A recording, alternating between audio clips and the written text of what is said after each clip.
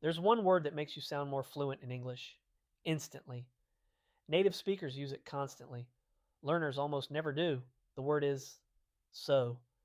When a native speaker is asked a question, they don't answer immediately. They say so, and then they think, then they answer.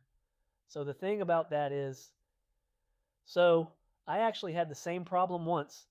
So it depends on what you mean by this does two things. It signals you're processing, not confused, and it buys you a second to think without an awkward silence. Learners tend to go silent when they're thinking. In English speaking cultures, prolonged silence after a question reads as confusion or discomfort. So fills that space naturally. Start your next answer with so. You'll immediately sound like someone who speaks English comfortably. Follow for one of these every day.